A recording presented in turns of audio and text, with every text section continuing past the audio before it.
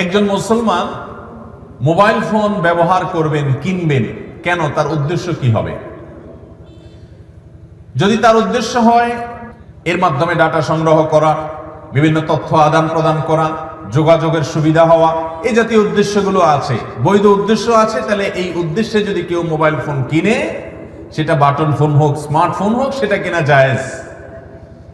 আর যদি কেউ ইবাদতের উদ্দেশ্যে এটা কিনে, কারণ ইন্নামাল আমালু বিন্নিয়াত, আপনি উদ্দেশ্য কি উদ্দেশ্য নিয়ে আপনি কিনেছেন সেটাই দেখার বিষয়। উদ্দেশ্য যদি সওয়াব আহরণ করা হয়, উদ্দেশ্য যদি হয় আল্লাহর পথের মাধ্যমে মানুষকে আহ্বান করা, উদ্দেশ্য যদি হয় এর মাধ্যমে নিজে ইলম অর্জন করা, উদ্দেশ্য যদি এখান থেকে কোরআন তেলাওয়াত করা, ভালো ভালো জিনিসগুলো গ্রহণ করা, হারাম থেকে বেঁচে থেকে এভাবে চলবেন, এই উদ্দেশ্য নিয়ে যদি আপনি করেন, তাহলে আপনার এই মোবাইল ফোন কেনাটা শুধু জায়েজ নয়, বরং ইবাদতে পরিগণিত হবে ইনশাআল্লাহ।